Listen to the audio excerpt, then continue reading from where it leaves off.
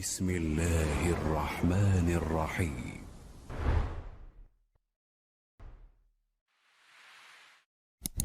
بسم الله الرحمن الرحيم. إن الحمد لله نحمده ونستعينه ونستغفره ونعوذ بالله من شرور أنفسنا ومن سيئات أعمالنا. من يهده الله فلا مضل له ومن يضلل فلا هادي له. وأشهد أن لا إله إلا الله وحده لا شريك له. وأشهد أن محمدا عبده ورسوله. أما بعد. Tark qilingan sunnatlar mavzusida bo'layotgan darsimiz davom etadi. Bugun 24-dars. Haj boblarida tark qilingan sunnatlar. Bu bobda tark qilingan sunnatlardan biri tavofda va boshqa amallarda ayollarni erkaklarga aralashmasligi. Bu sunnat tark qilinib, hatto ko'p musulmonlar nazdida yana boshqa bir qayta kelmoqligi aqllanmaydigan narsaga aylanib qoldi. Ayollar erkaklarga aralashgan holatda bir necha bor haj qilishlikka, bir necha bor umra qilishlikka odatlanib qolishdi. Vaholanki Nabiy sallallohu alayhi vasallamning ba'zi ayollari hayoti davomida Nabiy sallallohu alayhi vasallam bilan birga bitta haj bilan kifoyalanishgan. عن أم سلمة رضي الله عنها قالت يا رسول الله والله ما تفت طواف الخروج. فقال صلى الله عليه وسلم إذا أقيمت الصلاة فطوفي على بعيرك من وراء الناس. أم سلمة رضي الله عنها dan rivoyat qilinadi kishi aytadi: ey Rasululloh, Allohga qasam men chiqishlik tavofini qilmadim dedi. Ya'ni tavoful vadoni qilmadim dedi. Shunda Rasululloh sallallohu alayhi vasallam agar namozga iqomat aytilinsa, odamlarning orqasidan turib tuyangizda tavof qilib oling dedilar. Ya'ni erkaklarga aralashmaslikni buyuryaptilar. Hozirgi kunda bir oddiy tavof qilsa ham mayli, Hajarul Aswadni o'paman deb erkaklar ichiga, olomon ichiga o'zini otayotgan ayollarni ko'rasiz. Bu ayollar olomon ichidan chiqquncha romollari ham yechilib, avratlari ham ochilib bo'ladi. Bir sunnat amalni bajaraman deb shuncha haromga yo'l qo'yiladi. Vallohul musta'an. Ummu Salama radhiyallohu anhoning asari Buxoriy va Muslimda keladi. An Ato qala in kanat Aisha radhiyallohu anha tatufu hajratan min ar-rijal la tukhalituhum. Yuridu nahiyatan muntabidatan minhum. Ato rahimahullohdan rivoyat qilingan u kishi aytadi: Oysha radhiyallohu anha tavof qiladigan bo'lsalar, kishilardan ajralib, ularga aralashmasdan tavof qilardi. Ya'ni erkaklar bir tomonda, ayollar bir tomonda bo'lgan holatda tavof qilishardi. Erkaklarga aralashmasdi. Bu asar ham Buxoriyda keladi. عن ابن جريج قال أخبرني عطاء أن ابن هشام منع النساء الطواف مع الرجال. قال كيف يمنعهن وقد طاف نساء رسول الله صلى الله عليه وسلم. قلت أبعد الحجاب أو قبل؟ قال إي لعمري لقد أدركته بعد الحجاب. قلت كيف يخالطن الرجال؟ قال لم يكن يخالطن. كانت عائشة تطوف حجرة من الرجال لا تخالطهم. فقالت امرأة انطلقي نستلم يا أم المؤمنين. قالت انطلقي عنك فأبت. فخرجنا متنكرات بالليل ويطفن مع الرجال ولكنهن كن إذا دخلنا البيت قمنا حتى يدخلنا وأخرج الرجال. Ibn Jurayj rahimahullohdan rivoyat qiladi, u kishi aytadi: menga Ato xabar berdiki, Ibn Hishom ayollarni erkaklar bilan birga tavof qilishligini man qildi. Qanday qilib ularni man qiladi? Vaholanki Rasululloh sallallohu alayhi vasallamning ayollari tavof qilganlar-ku dedi. Shunda men aytdim dedi. Bu hijobdan oldinmi yoki keyinmi? Ha, Allohga qasam men hijobdan keyin uni topganman dedi. Ya'ni hijobdan keyin bular tavof qilishgan erkaklar bilan degan ma'noda shu so'zni aytdi. Shunda men aytdimki, qanday qilib ular erkaklarga aralashadi dedi. Shunda u kishi ular erkaklarga aralashishmagan dedi. Oysha radhiyallohu anha erkaklarga aralashmasdan erkaklardan bir tarafda turib tavof qilardi dedi. Shunda bir ayol, "Yuring ey ummul mu'minin, Hajarul Aswadni istilom qilamiz" dedi. Shunda ummul mu'minin, "Sen o'zing boraver" dedi. Bosh tortdi dedi. Ular tunda bilinmagan holatda chiqishardi dedi. Erkaklar bilan birga tavof qilishardi dedi. Biroq ular agar baytga kirishsa turib turishardi, hatto ayollar kirib erkaklar chiqarilgungacha dedi. Buxoriy rivoyati. An Waqid ibn Abi Waqid al-Laythi an abihi anna Nabiy sallallohu alayhi vasallam qala li nisaihi fi hajjatil wada' hadihi thumma dhahur al-husur. Waqid ibn Abi Waqid al-Laythi otasi Abu Waqid radhiyallohu anhu dan rivoyat qiladi. Nabiy sallallohu alayhi vasallam hajjatul vadoda ayollariga mana bu so'ngra bo'yralarning ustlaridir dedilar. Ya'ni mana shu hajni qildingiz, mana shu haj bilan kifoyalanasiz. So'ra endi uylarini lozim tutib bo'yralar ustida o'tirasiz degan ma'noda ushbu so'zni aytdilar. Bu asar Imom Ahmadning musnadida sahih sanad bilan keladi. Abu Dovud, Tabaroniylar ham rivoyat qilishgan. Haj boblarida tark qilingan sunnatlardan yana biri qiblaga yuzlangan holatda hajga talbiya aytishlik.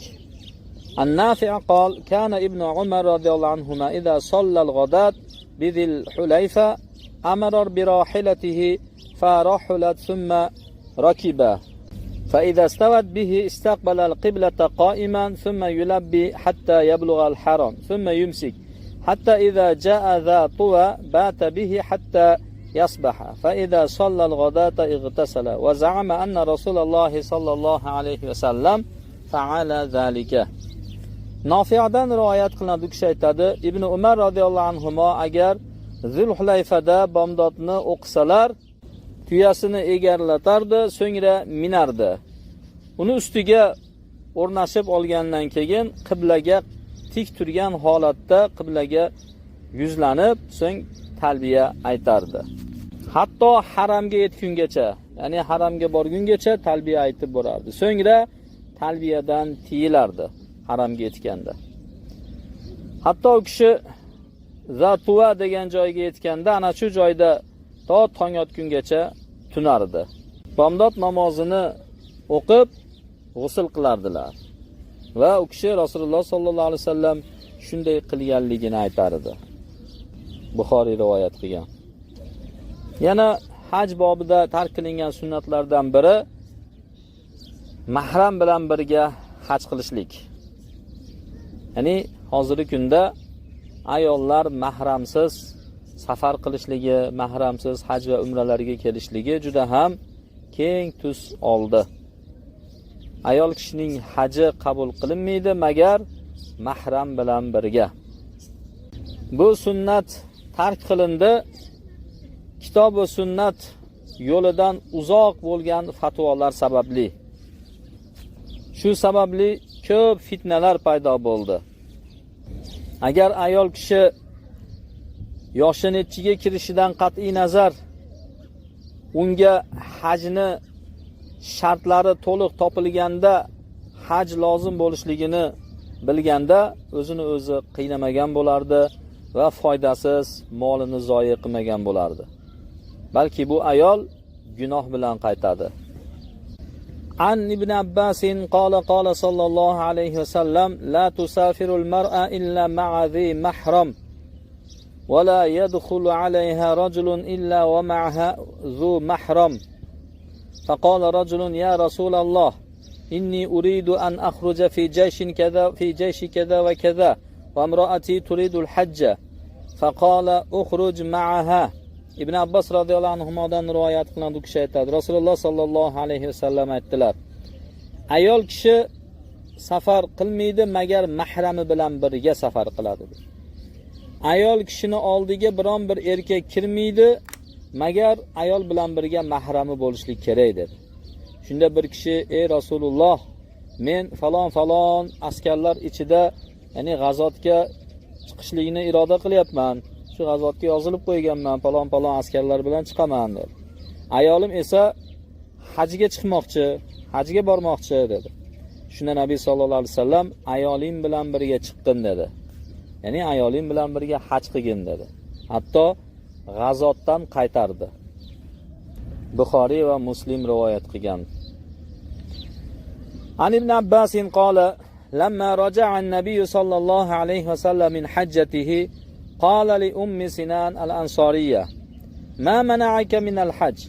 قالت أبو فلان تعني زوجها كان له ناضحان حج على أحدهما والآخر يسقي أرضا لنا قال فإن عمرة في رمضان تقضي حجة معنا.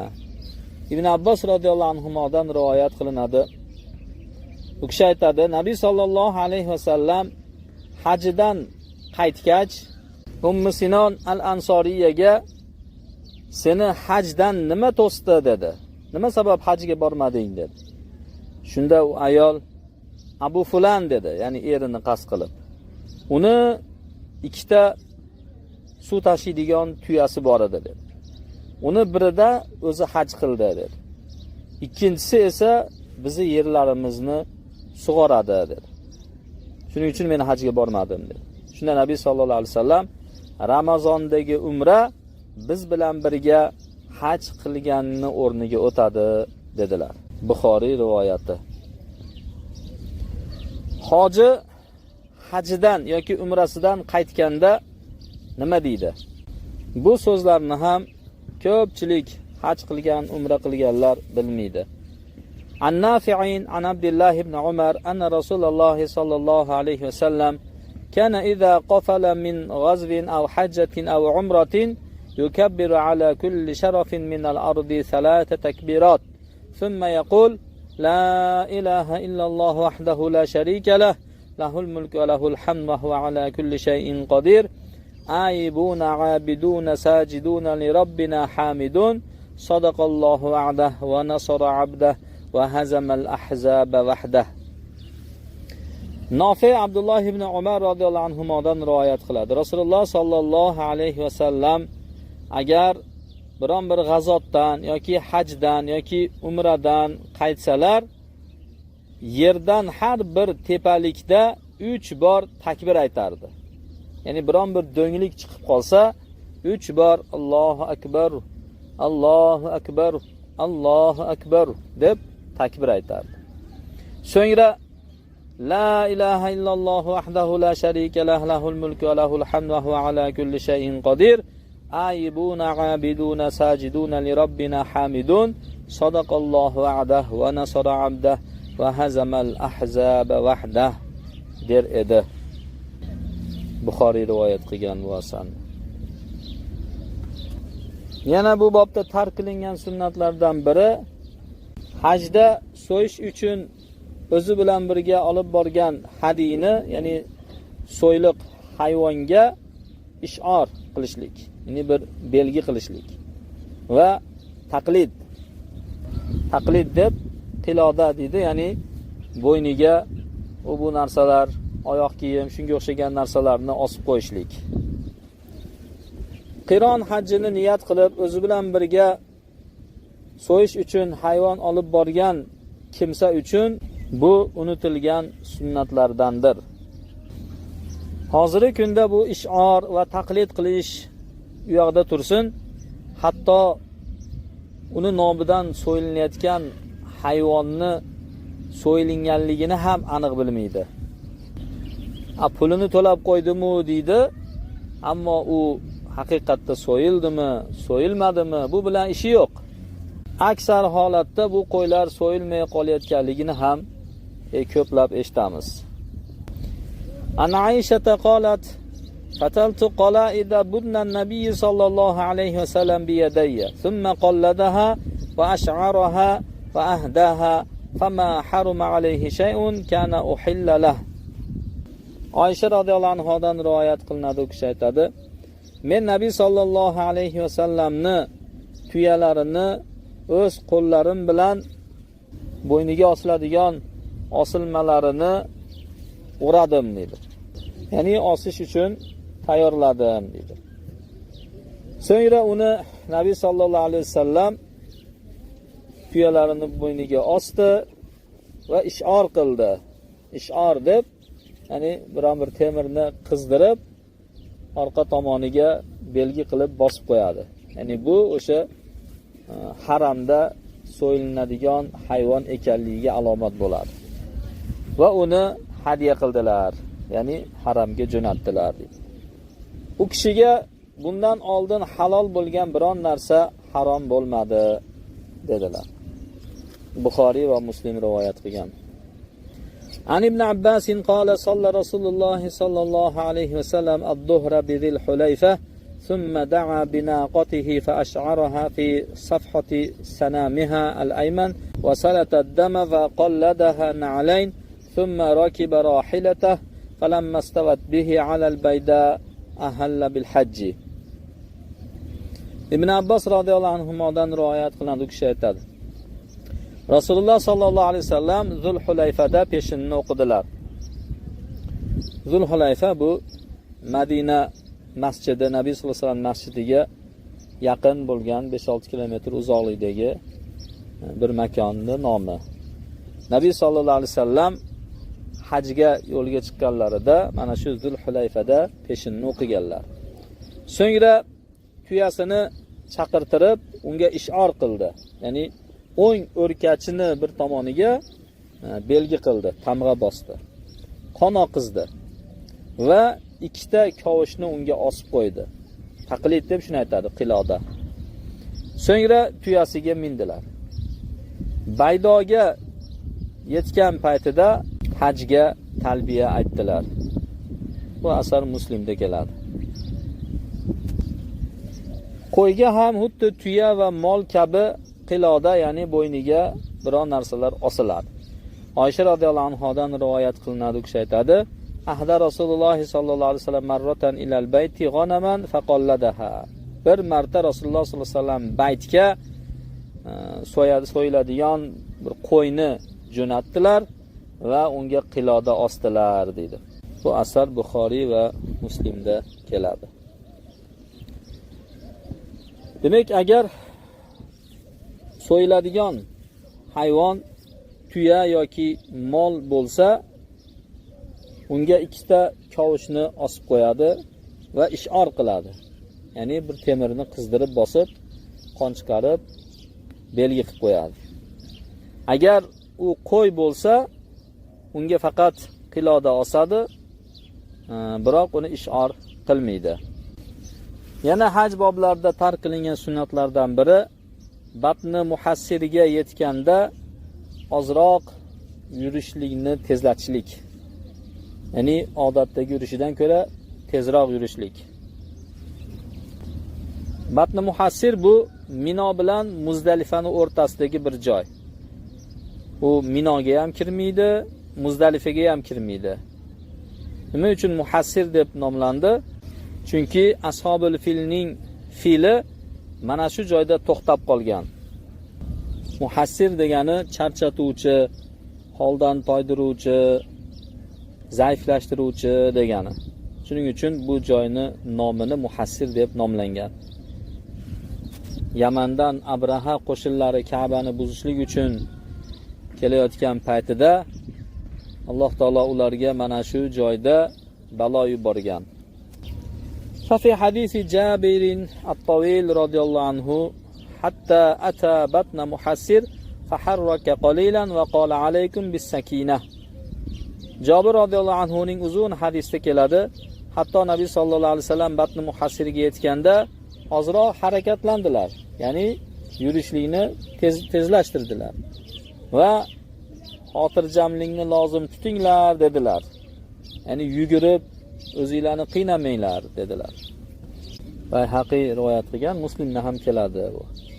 عن الفضل رضي الله عنه أن النبي صلى الله عليه وسلم قال في عشية عرفة وغداة جمعين حين دفعوا alaykum bis-sakina va huwa kafun naqatahu hatta idha dakhala wadiya muhassir awda'a.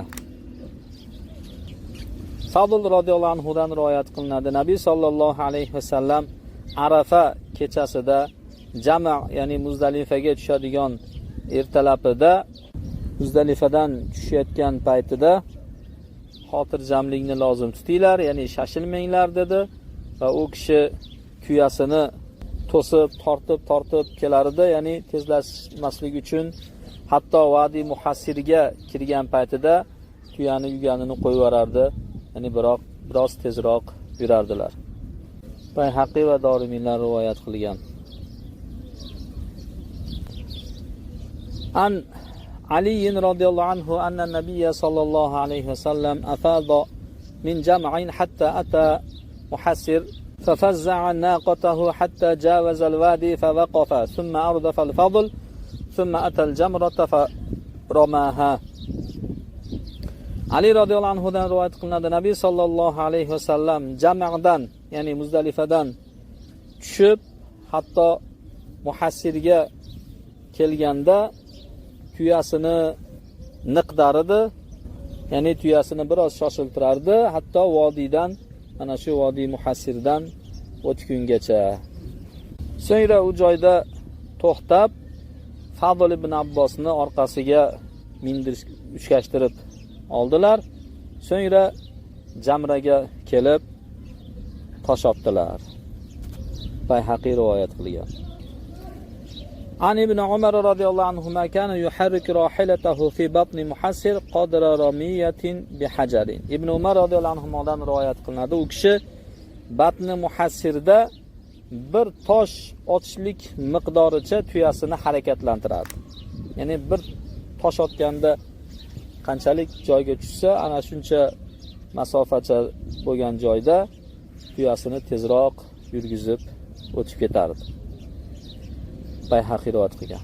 An Ummi Alqamata qalat kanat Aisha radhiyallohu anha idha nafarat ghadat al-Muzdalifa fa idha ja'at batna Muhassir qalat li uzjuri dabba. Ummi Alqamadan rivoyat qilinadi, kishi aytadi, Oysha radhiyallohu anha agar Muzdalifani ertalabida tushsalar, agar batni Muhassirga kelsalar, menga tuyani shoshiltirgin derdilar. Bayhaqi rivoyati. Makka va Minoga qayerdan kiradi? An ibn Umar anna Nabiy sallallohu alayhi vasallam kana yadkhulu Makkah min ath-thaniyati al-ulya va yakhruju min ath-thaniyati as-sufla. Ibn Umar radhiyallohu anhudan rivoyat qilinadi. Nabiy sallallohu alayhi vasallam Makkaga Saniyatul Ulyadan kirar edi, Saniyatus Sufladan chiqib ketar edi. Ya'ni haramni yuqorigi tomonidan kirib, pastki tomondan chiqib ketar edi. Bu asar Buxoriy va Muslimda keladi. An Aisha anna Nabiy sallallohu alayhi vasallam lamma jaa ila Makkah dakhalaha min a'laha va kharaja min asfaliha. Oysha radhiyallohu anhodan rivoyat qilinadi. Nabiy sallallohu alayhi vasallam Makkaga kelganda uni yuqorigi tomonidan kirar edilar va quyi tomonidan chiqib ketardilar. Bu asar ham Buxoriy va Muslimda keladi. Ammo Makkaga kirishlik vaqti haqida Nofi ibn Umardan quyidagi asarni rivoyat qiladi. Batan Nabiy sallallohu alayhi vasallam bizi tuwan hatta asbaha thumma dakhala Makkah. Va kana ibn Umar yaf'aluhu. Nabiy sallallohu alayhi vasallam to tong otguncha Zu Tuwada tunar edi, so'ngra Makkaga kirardilar. Ibn Umar ham xuddi shunday qilardilar. Buxoriy rivoyat qilgan. Mino kunlarida Alloh taoloni zikr qilishlik. Bu ham tark qilingan sunnatlardan. Ko'pchilik odamlar bunga e'tiborsiz, hatto buni sunnatligini bilishmaydi ham. Ajoyibki, ko'pchilik hojilar Mino kunlarida, ya'ni tashriq kunlarida yeb ichishlik bilan mashg'ul bo'ladi. Ularni mayli yeb iching va Allohni ham zikr qilishlik kerak bu joyda degan so'zlar bilan eslatilinsa, hatto ularning aksarlari buni inkor qiladi. Nabiy sollallohu alayhi va sallam bu kunlarda yeb ichadigan kunlar degan deyshadi. Vaholanki Rasululloh sollallohu alayhi va sallam aytganlar, Nubaysha radhiyallohu anhu dan rivoyat qilinadi. Ayyamut tashriq ayyamu aklin va shurbin va zikrillah. Tashriq kunlari yeb, ichishlik va Allohni zikr qilishlik kunlaridir deydi. Muslim va Ahmadlar rivoyat qilgan. Boshqa rivoyatda Nubayshadan rivoyat qilinadi. Rasululloh sallallohu alayhi vasallam aytadilar: "Inna kunna nanhaakum an luhumil adahi fawqa thalathati ayyamin kay tas'akum faqad jaa Allahu sa'a fakulu waddakhiru ala wa inna hadhihi al-ayyam ayyamu aklin va shurbin va zikrillahi azza va jalla." Biz sizlarni 3 kundan ortiq qurbonlik go'shtlarini yeyishlikdan qaytarardik. Ya'ni qurbonlik go'shtlarini 3 kungacha yeyishlik halol bo'lgan. 3 kundan ortig'iga saqlab qo'yishlik harom bo'lgan avvalda. Nima uchun qaytarardik? Nabiy sollallohu alayhi vasallam aytadilar: sizlarga kengchilik bo'lishligi uchun, ya'ni boshqa faqirlar ham mana shu qurbonlik go'shtlaridan yeyishlik uchun. Endi esa Alloh taolo kengchilikni berdi. Yenglar va zaxira qilib olib qo'yinglar. Farqi yo'q.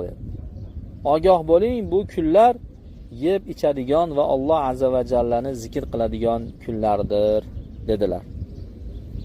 Imom Ahmad rivoyat qilgan, Abu Dovud, Ibn Majah, Nasoiylar ham rivoyat qilishgan.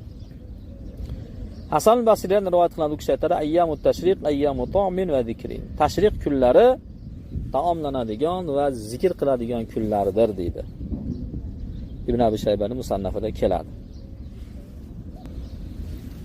Yana haj boblarida tark qilingan sunnatlardan biri tavof namozini, ya'ni 2 rakat, tavofdan keyin 2 rakat nafil namoz o'qigandan so'ng Zamzam suvidan ichib, so'ngra toshni istilom qilishlik. Ya'ni istilom qilishlik degani qodir bo'lsa borib o'pishlik yoki qo'li bilan silab qo'lini o'pishlik yoki uning ro'barasiga kelib bismillah Allohu akbar deb qo'lida biron bir tayog'i bo'lsa tayog'ini, bo'lmasa qo'lini ko'tarib o'tishlik. Mana bu sunnatni ko'pchilik bilmaydi. Chunki ular Zamzam suvini ichishib darhol Safoga shoshilishadi. Ba'zilar Zamzam suvini ham ichmaydi. Hajarni istilom qilishmaydi. Hatto bu sunnat mahjur, ya'ni tark qilingan bo'lib qoldi. An Jabirin qol: "Lamma qadima an-nabiy sallallohu alayhi vasallam Makkah dakhala al-masjid fastalama al-hajar, thumma madha ala yaminihi فرمل 3 ومشى 4 ثم أتى المقام فقال واتخذوا من مقام إبراهيم مصلى فصلى ركعتين والمقام بينه وبين البيت ثم أتى الحجر بعد الركعتين فاستلمه ثم خرج إلى الصفا أظنه قال إن الصفا والمروة من شعائر الله." Jabir radhiyallohu anhu dan rivoyat qilinadi, u kishi aytadi: Nabiy sallallohu alayhi va sallam Makka ga kelgach masjidga kirdilar. Hajarni istilom qildilar. Hajar ya'ni qora tosh. Hajarul asvad. So'ngra o'ng tomonga ko'ra yurdilar. 3 ta tavofni romil qildi.